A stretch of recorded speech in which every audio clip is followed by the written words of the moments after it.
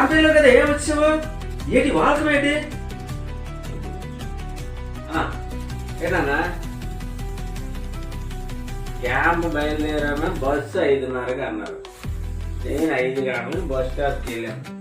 ఇంకా అరగంట టైం ఉంది కదని పక్కన బోర్ షాప్ ఉంటే 3 వేసాను. ఇంకా టైం రాలే, బస్సు రాకుండా టైం చూస్తే ఇలా జాగిపోయి ఉంది. మొత్తం నాకు అర్థం కాలేదు. మళ్ళీ 3 వేసాను. అక్కడే పడుకుంది. ఈలోగా డబ్బులు వేళ పడుకులిపోయావు. అక్కడ నుండి నడిచి వచ్చేసరికి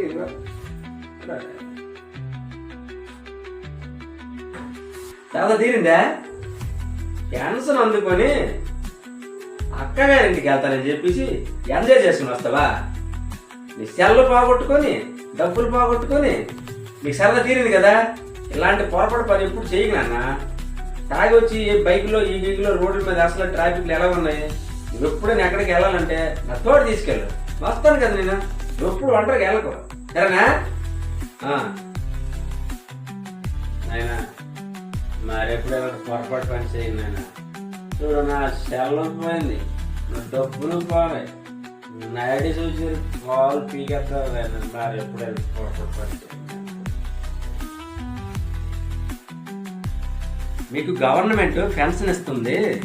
ఇలా తాగి తందనాన్ని ఆడడానికి కాదు. ఈ వయసులో మీరు అందుకున్న డబ్బులు మీ మనవలు ఉంటారు, కొడుకు పిల్లలు కూతురు పిల్లలు, వాళ్ళకి ఏదైనా కొనిపెట్టండి.